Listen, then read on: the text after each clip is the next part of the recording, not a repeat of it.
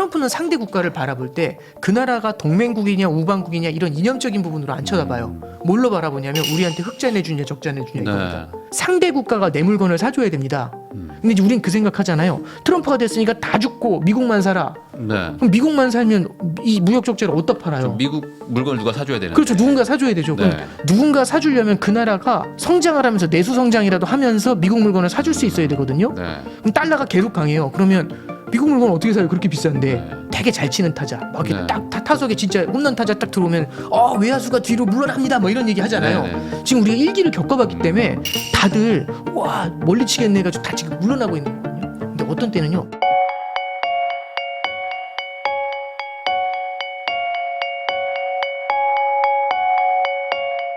안녕하세요. 부익남TV의 부익남입니다. 올 한 해도 이제 진짜 얼마 남지 않았습니다. 그래서 지금 또 막 변동하고 있는 환율, 또 금리, 뭐 다양한 이야기들, 이 경제 이야기를 한번 들어보려고 모셨습니다. 신한은행 프리미어 패스파인더 오건영 단장님을 모시고 이제 경제 이야기 한번 나눠보도록 하겠습니다.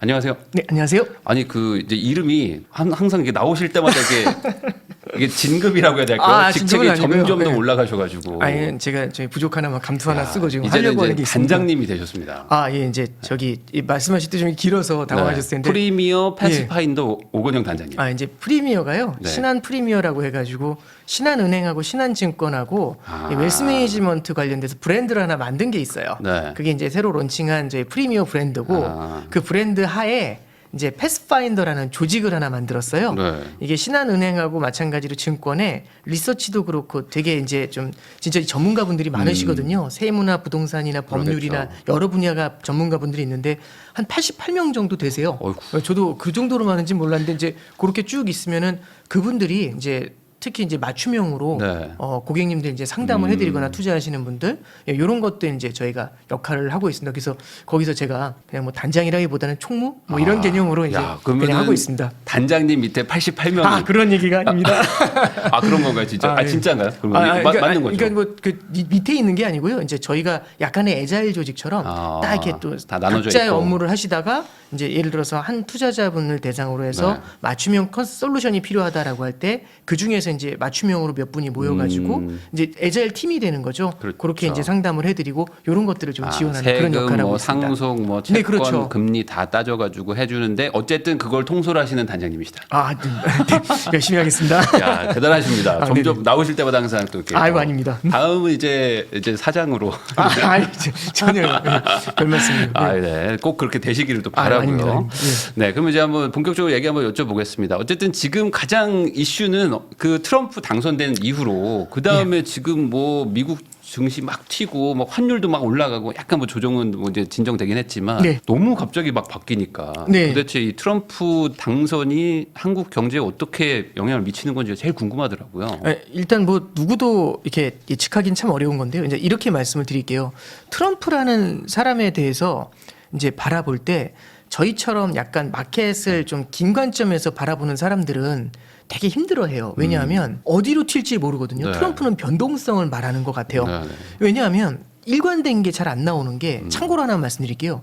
19년도에 미중 무역 전쟁이 있었거든요. 근데 그때 트럼프가 한 번은 시진핑으로 엄청 욕하는 거예요. 시진핑 주석을. 네. 그래가지고 저희가 이래가지고는 이제 미중 간의 관계는 더 힘들어질 것 같다. 근데 다음날 트럼프가 이제 무슨 얘기를 하냐면 시진핑은 둘도 없는 친구 뭐 이렇게 나와요. 그럼 이제 또 어떻게 이게 어제하고 오늘하고 제 리포트가 달라져야 되잖아요. 그러니까 와 이거 종잡을 수가 없다 이런 생각이 드는데 그러니까 그런 거 있잖아요. 어제의 적은 오늘의 친구라고 하지 않습니까? 비즈니스 세계에서는 사실은 영원한 적도 영원한 친구도 없잖아요. 저는 그거를 가장 정확하게 드러내는 사람이 트럼프라고 생각을 하고요. 그런 면에서 변동성을 만들어요. 근데 변동성을 만들면 특히 이제 뭐랄까요 트레이더처럼 단기적으로 치고받는 분들 같은 경우 또 선호하시는 경향들이 있어요. 네. 왜냐하면 예를 들어 주가가 빠지더라도 그냥 이렇게 쭉 빠지는 게 아니라 이렇게 빠지잖아요. 네. 그러면 요럴 때마다 또 기회가 생기죠. 부동산도 비슷하잖아요. 이렇게 빠지는 경우에는 오히려 이 커브를 타는 경우들도 좀 생기지 않습니까? 그래서 변동성을 만들어내게 되는데 그래서 이제 호불호가 갈리는 케이스가 투자자 입장에서는 굉장히 강한 것 같아요. 근데 이제 말씀 주신 거는 우리나라 경제에 이제 어떤 영향을 미칠까 굉장히 다양한데 저는 이제 지금 현재 시장에서 가장 대표적으로 나타나는 게 관세라고 생각을 해요. 관세. 트럼프는 결국에는 감세, 관세, 그 다음에 이민 제한 이런 것들이 이제 기본적인 얘기가 나오는데 하나씩 좀 풀어서 설명을 드리면 먼저 관세만 먼저 설명을 해드릴게요. 네. 이제 트럼프 행정부에서는 얘기하는 게 관세를 때린다고 합니다. 관세를 때릴 때 보편 관세라는 걸 때려요. 보편 관세는 동맹국이든 우방국이든 관련 없이 그냥 20%, 10에서 20% 관세를 그냥 때리겠다는 겁니다. 네. 그러면서 이제 관세를 갖다 일괄적으로 쫙 때린 다음에 그러겠죠. 이렇게 관세 때릴 건데 예고를 하고 혹시 여기에 대해서 이의 있거나 아니면 이것 때문에 딜하고 싶은 사람 갖고 와. 그럼 국가별로 거기에 대해서 어떻게 대처해 주는지를 바라보려고 하겠죠. 네. 그래서 일단 국가별로 이제 보편 관세라는 거를 좀 때리려고 하는 게 1번이고요. 두 번째로 특히 중국한테는 60% 고유 관세를 때린다고 하고 지난 트럼프 일기 때 중국한테 관세를 때리니까 중국이 멕시코 등을 통해 가지고 우회해서 수출이 일어났거든요. 여기에 대해서는 200% 관세도 때릴 수 있다라고 하니까 저도 이 숫자가 맞나? 이제 그 생각이 들 정도로 네. 예, 굉장히 좀 놀랐어요. 그러니까 결국에는 관세를 통해 가지고 다른 나라를 굉장히 강하게 압박하겠다라고 얘기를 하는 겁니다. 그러면 이제 어떤 일이 벌어지냐면 우리나라 같은 케이스를 한번 잠깐 볼게요. 우리나라 경제를 볼 때 지금 현재 우리나라가 성장률이 2.3% 정도 성장할 거라고 예상하거든요. 네. 올해 작년도가 1.4% 성장했어요. 그러면 작년 대비 성장률이 높아졌거든요. 올해 경기 좋아졌네? 라고 하면은 아무도 안 믿지 않습니까? 네. 무슨 소리지 이 사람 어느 나라 살아? 이렇게 생각되시잖아요. 가장 큰 이유는요. 2.3% 성장하게 된 가장 큰 이유는 내수는 작년하고 똑같아요. 내수 소비는 거의 성장률이 크지 않은데 지금 수출 성장이 드라마틱하게 올라왔거든요. 네. 수출 성장도 반도체 사이드에서 올라온 게 되게 커요.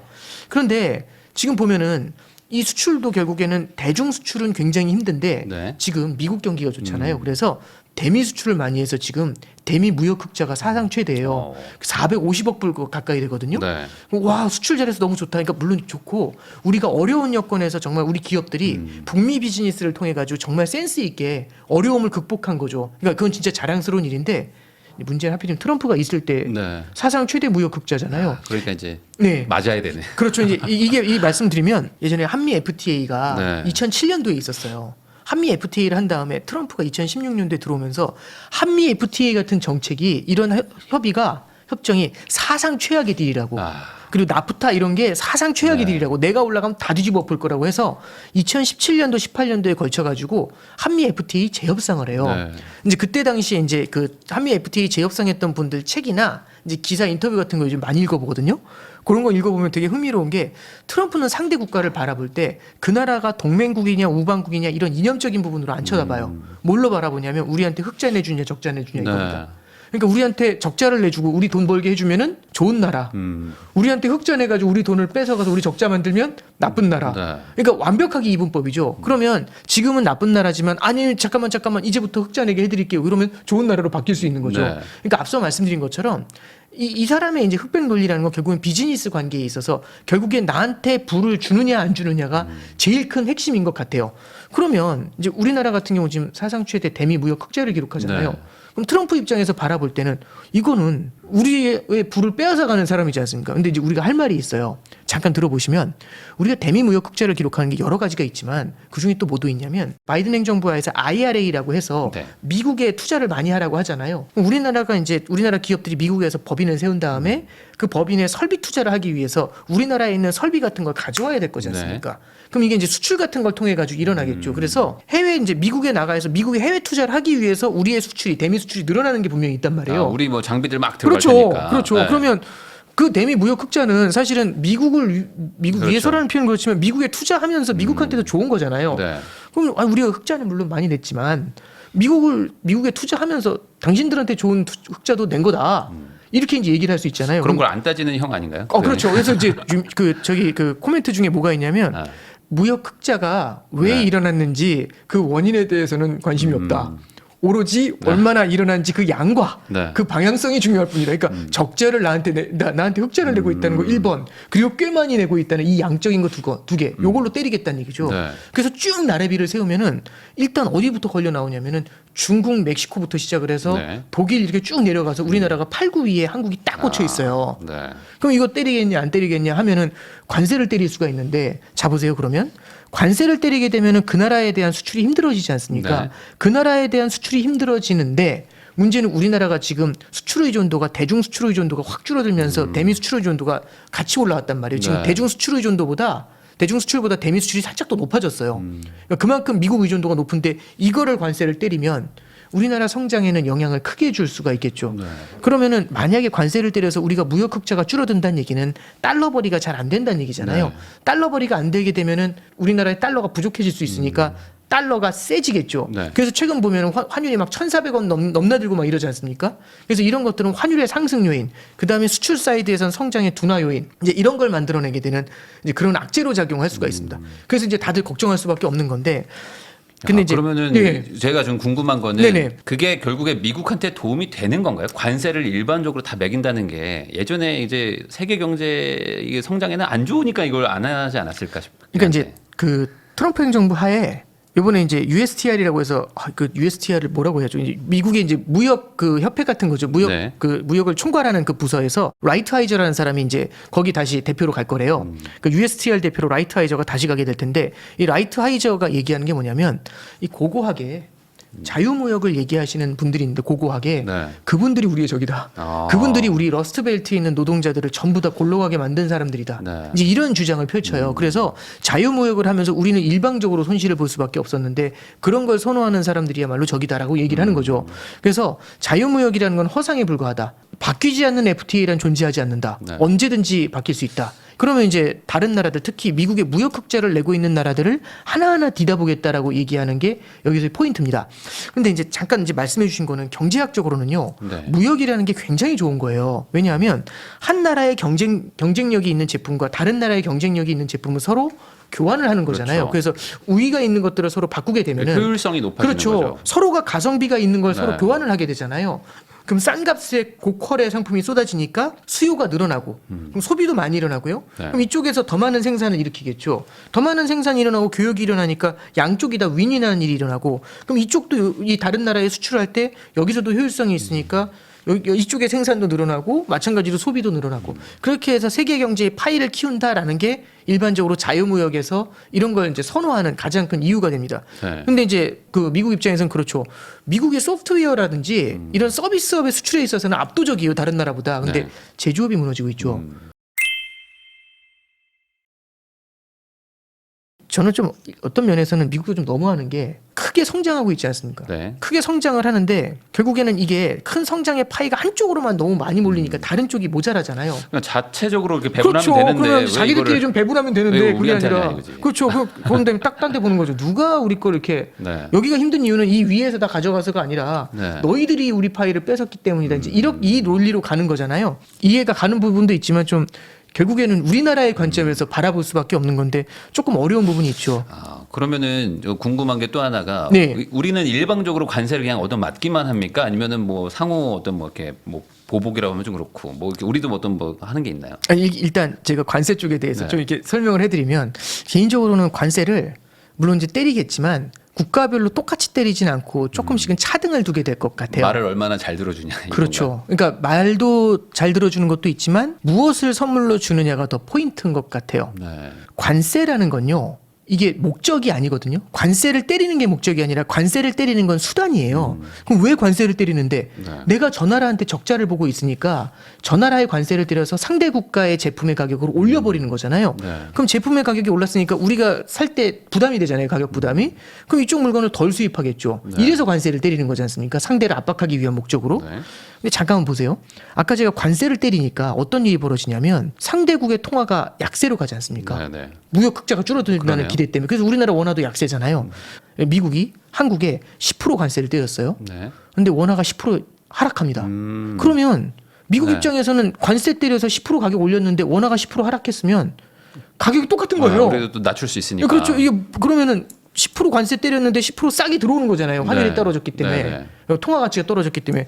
그럼 미국 입장에서는 관세를 때린 게 모순이죠. 이거 왜 때렸지? 옛날에 그래서 2018년도에 중국 관세 때릴 때 중국이 그만큼 위안화를 절하했어요. 아. 그러니까 이제 트럼프가 약이 바짝 올랐었거든요. 네. 하나 말씀을 드리면 달러가 강해진다 내지는 관세를 부과한다 이런 것들은요.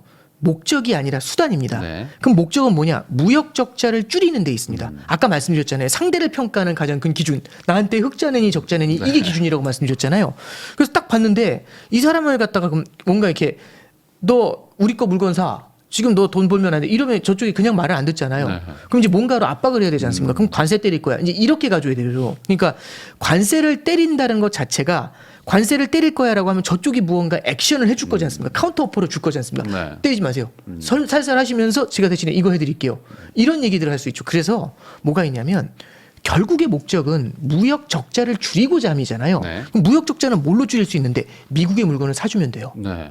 그래서 요즘 유럽에서 무슨 얘기 나오냐면 러시아 거 말고 미국 거 천연가스 사자고 LNG 사자고. 네. 그래서 보면은 트럼프 들어온 다음에 원자재 가격이 다 빠졌거든요.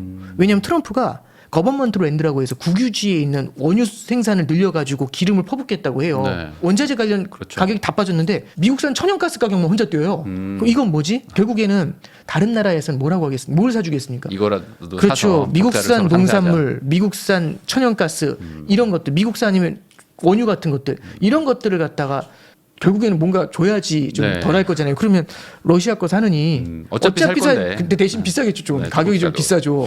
그래도 어차피 사느니 저 나라 걸 사준다고 하면 무역 적자가 좀 줄어들잖아요. 네. 그럼 때리더라도 그럼 조금 덜 때리지 않을까. 예, 그러니까 뭐냐면 아까 뭐라고 말씀드렸냐면 일괄적으로 관세를 쫙 던진 다음에 자 하나씩 가져와 보세요 이럴 거잖아요. 네. 그럼 여기서 이제 오퍼가 카운터 오퍼가 하나씩 올 거지 않습니까? 일단 두 가지를 보겠죠. 얼마나 그 오퍼가 매력적인지, 이 느낌이 주는지, 두 번째는 얼마나 빨리 오는지. 네. 미장미장 늦게 오면 별로 안 좋아하겠죠.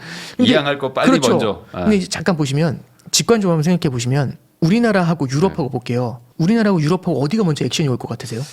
일단 덩치가 작으니까. 유럽은 네. 우리가 27개 국가가 모여 네. 있잖아요. 그 나라가 합의를 해야지 될 거지 않습니까? 네. 우리가 좀 더 빠를 것 같지 않으세요? 그리고 걔네는 또 협상력이 자기들이 좀 있다고 생각하고 약간 좀 딜을 보겠죠. 그럴 수도 네. 있죠. 근데 네. 이제 그래서 어쩌면 그 딜이 더 네. 오래 갈 수도 있지 않습니까? 참고로 말씀드리면 1차 FTA 때 이 네. 트럼프 1기 행정부 때 그때 당시에 미적미적하면서 가장 우리나라가 제일 먼저 딜을 끝냈거든요. 아. 1차 FTA 재협상을 우리나라가 제일 먼저 끝내요. 네. 트럼프 1기 행정부가 제안했었던 것에서 많은 걸 드랍시킬 수 있었거든요. 물론 재협상을 하긴 했지만 네. 근데 이제 저기 그때 당시에 멕시코 같은 경우는 늦게 하는 바람에 되게 힘들었었고 유럽 같은 경우도 그때 좀 많이 고생했었던 그런 기억들이 있어요. 그래서 이제 그때의 기억들이 있으니까 국가들이 좀 빠르게 움직이려고 하겠지만 아마 우리나라 같은 경우는 이제 물론 이제 정부에서도 되게 발빠르게 대응을 하지 않을까라는 생각을 하고요. 궁극적으로 우리가 바라봐야 될 거는 미국은 관세를 때리겠다 아니면 달러 강약세를 만든다 이거의 핵심은 무역 적자를 줄이고자 하는데 포커스가 있다. 그래서 우리가 수단과 목적이 뭔지를 명확하게 바라볼 필요가 있다라는 겁니다. 그러면 네. 여기서 또 어떤 결론까지도 나오냐면 그럼 트럼프가 들어왔으니까 달러는 강세겠네. 만약에 네. 달러를 약세로 만들고 상대편 통화를 강세로 만들어서 무역 적자를 해소할 수 있다면 그게 옛날에 플라자 합의였던 거거든요. 네.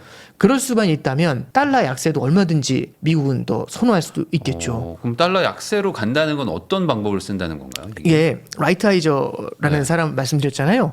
그 사람이 이제 1985년도에 미국이 일본한테 무역 적자가 워낙 심했거든요. 네. 그때 당시 플라자 합의를 했었을 때 그 실무진 중 한 명이었어요. 그래서 그때 당시에는 이제 플라자 합의를 할 때 그때는 외환시장 규모가 작았어요. 그래서 각국 미국과 그 우방국들 있잖아요. 같이 힘을 모아가지고 뭘 하냐면은 달러를 약하게 만들고 엔화를 강하게 만들어야 되잖아요. 네. 그래서 이제 어떻게 하냐면 달러를 팔면서 엔화를 사들이는 스왑을 해요. 각국이. 네. 그러면 이제 시장이 깜짝 놀라가지고 엔화가 그때 당시 달러당 250엔이었거든요.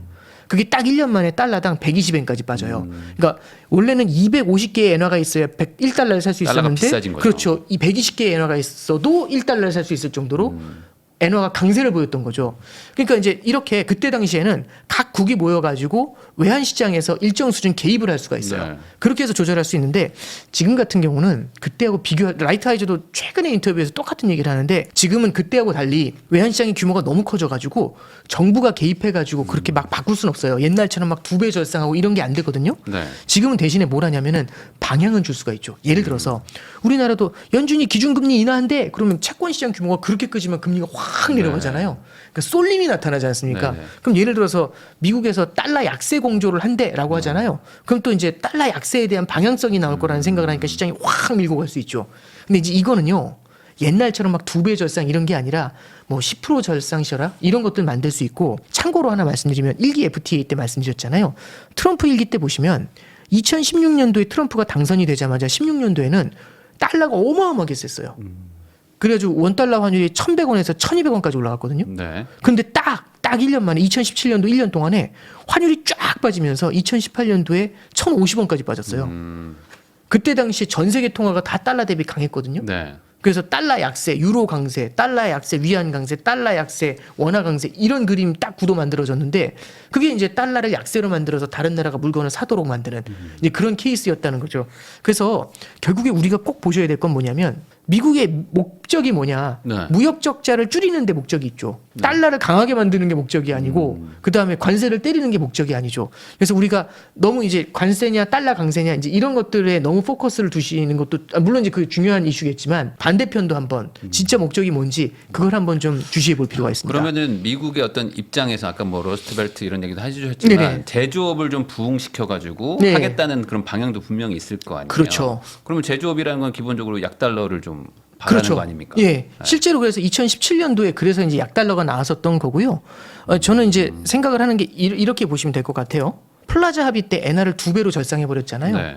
예, 라이트 하이저도 똑같은 생각을 했겠죠. 엔화가 2배로 세지면 일본 물건 가격이 순식간에 2배가 되는 2배 되는 거예요. 거죠. 그럼 이제 무역 적자 쌓인 거 없어지겠네. 실제로 무역 적자가 더 늘어나진 않았어요. 플라자 합의를 하고 나니까. 왜냐면 일본 물건이 너무 세지니까 안 사요. 네. 못 사요. 갑자기 TV가 예, 2배 그렇죠. 되니까 예. 일본 거 못 사는 거죠. 못 사죠. 자동차도 못 사고. 그런데 네. 이제 문제는 기존에 이미 적자가 난 게 있잖아요. 무역 적자가 이미 쌓여 있잖아요. 네. 이걸 되감아야 될 거지 않습니까? 근데 이걸 되감으려면 결국에는 우리가 안 사는 게 중요한 게 아니라 이게 둘이 있는데 저기 이제 부익남님한테 네. 제가 엄청난 적자를 기록해요. 네. 그럼 제가 여태까지 쌓여 있는 적자를 없애려면 더 이상 부익남님 걸 안 사는 게 아니라 그렇죠. 부익남님 제 걸 오히려 사줘야 돼요. 막 많이 사줘야죠. 예. 그럼 이제 이게 어떻게 해야 되냐라고 하니까 결국에 답은 뭐냐면 부익남님 국가에서 수요를 키워서 내수를 네. 키워가지고 미국 물건을 수입해 주면 됩니다. 그래서 이제 그때 당시에 87년도 2월에 루브르 합의라는 게 나와요. 프랑스 루브르 루브르에서. 합의. 예, 네. 거기서 루브르 합의의 핵심은 뭐냐면 이거는 뭐예요? 예, 네. 예, 플라자 합의는 많이 기억을 하시는데 루브르 합의는 잘 기억 못 하시는데 플라자 합의는 엔화 절상을 통해 가지고 처음에 초기 단계에서 무역 적자가 더 늘어나는 걸 막았던 거고요. 루브르 합의는 일본이 내수 경제를 키우기로 해요. 아. 그래서 금리 인하라고 부동산 규제를 풀어줍니다. 그때부터 이제 증시 튀고 그렇죠. 부동산 튀고 그게 부동산 버블이었죠. 그 돈 가지고 뭐 미국에 땅 사고 했던 그렇죠. 게 이제 다 그게 인위적이었던 거라고 봐야 되네요. 그러니까 그 정도까지 번질 거라고 생각 못 했겠죠. 근데 방향은 그렇게 잡았었다. 예, 그렇죠. 그러니까 이제 일본이 버블 경제가 되니까 있는 대로 미국에 있는 제품들이나 미국으로 들어와서 투자를 하고 그러니까요. 네. 결국에는 미국 같은 경우는 그 무역 적자 쌓인 거 다 되돌려요. 네. 대신에 이제 일본은 버블이 된 거죠. 그렇죠. 빵 터지면서 이제 이 미국의 무역 적자를 다 줄여주고 30년을 누웠다가 이제 일어나기 시작하는 거잖아요. 그게 이제 과거의 기억이었던 거죠. 야. 그래서 우리가 꼭 볼 건 뭐냐면은 결국에는 무역 적자를 되감으려면 상대 국가가 내 물건을 사줘야 됩니다. 근데 이제 우린 그 생각하잖아요. 트럼프가 됐으니까 다 죽고 미국만 사라. 네. 그럼 미국만 살면 이 무역 적자를 어디다 팔아요? 미국 물건을 누가 사줘야 되는데. 그렇죠. 누군가 사줘야 되죠. 그럼 네. 누군가 사주려면 그 나라가 성장을 하면서 내수 성장이라도 하면서 미국 물건을 사줄 수 있어야 되거든요. 네. 그럼 달러가 계속 강해요. 그러면 미국 물건 어떻게 사요? 그렇게 비싼데. 네. 그럼 이걸 되갚는 무언가가 아마 트럼프 행정부에서도 있을 것 같고요. 그래서 지난주에 뭐가 있었냐면 지난주 금요일 날 우리나라가 환율 관찰 대상국에 1년 만에 맞아요. 재등재됐어요. 네네네. 환율 관찰 대상국에 재등재됐다라고 하니까 많은 분들이 와, 또 달러가 또 세지겠네. 근데 그게 환율 관찰 대상국의 핵심은 뭐냐면 자국 통화를 약세로 만들어서 얍삽하게 계속 자국 돈 제품 벌고. 싸게 해가지고 미국에 수출 많이 하는 나라 때려주겠다는 게 네. 환율 관찰 대상국이거든요. 그러면 환율 관찰 대상국의 핵심은 달러 강세를 원하는 게 아니라 달러 약세를 만들고 싶은 거예요. 그러니까 달러 강세 만들어 가지고 자기들만 미국에 수출 계속하려고 하는 나라 혼내줄게 이거거든요. 네. 인위적으로. 그래서 그런 장난치면 죽는다. 이 얘기가 그 환율 관찰 대상국에 들어가 있어요. 트럼프 행정부에서 그거 강화할 거거든요. 네. 그 얘기의 핵심은 뭐냐면은 그럼 약달러로. 결국에는 약달러에 대한 니즈가 분명히 있죠. 그래서 아까 말씀드렸던 라이트 하이저도 그렇고 트럼프도 중간중간 약달러에 대한 얘기를 계속해서 해요. 그리고 우리는 그건 기억하잖아요. 트럼프는 저금리를 좋아한다고. 네. 금리 인하 좋아하거든요. 미국이 금리 인하를 많이 하잖아요. 양적 완화해서 돈 풀잖아요. 그럼 달러가 약해지겠습니까? 강해지겠습니까? 약해지겠죠. 그래서 이제 우리가 저는 이제 무슨 말씀을 드리고 싶냐면 첫 번째는 미국이 강력한 관세를 때리면 우리나라는 폭망하겠네. 네. 이 로직이 되게 요즘 강한 것 같고 그래서 환율도 뛰고 달러는 계속 세지겠네. 이 로직이 있거든요. 네. 물론 이게 분명히 일시적으로는 굉장히 강하게 나타날 수가 있어요. 근데 크게 봤을 때 트럼프 행정부 기간 중에 트럼프가 만약에 무역 적자를 줄이고 싶지 않아요. 다른 나라를 완전히 죽일 수는 없어요. 그러면 진짜 우리가 생각하는 것처럼 그러니까 트럼프가 온다 그러면 이제 이런 거 있잖아요. 야구도 보면 되게 잘 치는 타자 막 이렇게 네. 딱 타석에 진짜 홈런 타자 딱 들어오면 외야수가 뒤로 물러납니다 뭐 이런 얘기 하잖아요. 네, 네. 지금 우리가 일기를 겪어봤기 때문에 다들 와 멀리 치겠네 해가지고 다 지금 물러나고 있는 거거든요. 근데 어떤 때는요 예상외로 너무 많이 물러나는 것일 수도 있어요. 그럴 그러니까 수 있죠. 왜냐면 그때의 기억이 있으니까. 네. 그러니까 이제 달러라든지 이런 것들도 우리가 너무 일방적으로 무조건 강세 그리고 관세는 무조건 다 때려 네. 이런 것들이 아니라 그런 것들은 수단이죠. 요걸 레버리지로 이용해 가지고 뭘 하겠습니까? 결국에는 상대편이 우리나라 물건을 살 수 있게 무역 적자를 되돌리는 작업을 하려고 하겠죠. 그러면은 그래서 아까 이제 유로존 말씀드렸잖아요. 미리 네. 지금 LNG 살 준비하고 있다고 미국 LNG. 우리는 뭐 전투기 사고 뭐 이런 것도 막 그렇죠. 사고. 그러니까 네. 유럽에서 얘기하는 것 중에 하나가 또 뭐냐면은 우크라이나 지원 끊을 거잖아요. 국방비 그렇죠. 늘려라. 국방비 안 준다잖아요. 그러니까 유럽에서 우리가 17일반해서 아. 돈 모아서 미국 무기를 사오자. 아. 그 돈 우리가 내주면 그러네요. 되잖냐. 네. 그럼 우리가 대미 무역 흑자가 줄어드는 거 아니냐. 네. 그런 얘기도 하고 있어요. 어. 다들 솔루션을 뭐 통화를 어떻게 바꾼다, 관세를 때려 맞자 이런 게 아니라 일단 그러면 미국이 원하는 무언가를 해줄 수 있도록 준비해 보자라고 하는 게 포인트가 되고 있는 우리가 거죠. 미국 물건 뭐 사줄 수 있을까를 지금 다들 따져보고 있는 거군요. 그렇죠. 이제 우리나라 같은 경우도 얼마 전에 뉴스 기사였던 것 같은데 이제 미국의 천연가스라든지 그런 에너지 수입에 대해서 아마 검토가 되지 않을까 그런 생각도 좀 들고 그러니까 무언가 그 대상을 저희가 그건 뭔지 모르겠지만 그 대상을 뭔가 찾으려고 노력을 하게 되겠죠. 그러면은 우리나라에서 어떤 제조업 기반의 수출 물건을 파는 회사들한테는 불리해지는 거네요. 그리고 이제, 미국에서 제조업 기반의 물건을 파는 사람 그런 회사들은 좀 유리해질 수 있고 이런 건가요? 관세가 부과되거나 달러 약세, 원화 강세 압력을 만약에 나중에 받는다. 네. 그게 어느 정도 강할지 모르지만 그런 것 때문에 제조업 수출이 힘들 수 있다. 힘들 수 있는데 트럼프 행정부 하에서는 미국의 성장을 강하게 만들고 싶은 거잖아요. 그렇죠. 그러니까 미국의 지금 소매 판매가 안 꺾여요. 그럼 미국이 만약 활활 계속해서 타오를 수 있다면 뭐 이제 여러 가지 악조건이 생기더라도 성장의 파이가 커지게 되면 그러니까 예를 들어서 우리가 옛날보다 덜 팔게 됐습니다. 그 옛날에는 50개 팔았는데 원래 60개 70개 늘려야 되지만 관세나 이런 것 때문에 힘들어졌습니다. 네. 그래도 그 나라의 성장이 너무 세면 70개 80개까지는 못 팔아도 50개에서 55개 60개 이렇게는 팔 수도 있겠죠. 그래서 네. 하나 꼭 말씀드릴 게 결국에는 트럼프가 미국의 성장을 가져간다는 얘기는요. 미국의 경제 성장이 지금보다 만약에 더 강해지잖아요. 그러면은 어차피 또 수입은 또 그렇죠. 해야 된다. 예. 아니, 미국은요. 기본적으로 소비의 나라예요. 네. 우리도 그쪽에 상응하는 무언가를 주면서 수출을 끊겠다 이런 얘기는 아니니까. 그래서 다시 한번 말씀드리면 트럼프는 무조건 가장 중요한 건 상대가 내 나라 물건을 사줘서 지금의 무역 적자, 기울어진 운동장을 바꾸겠다.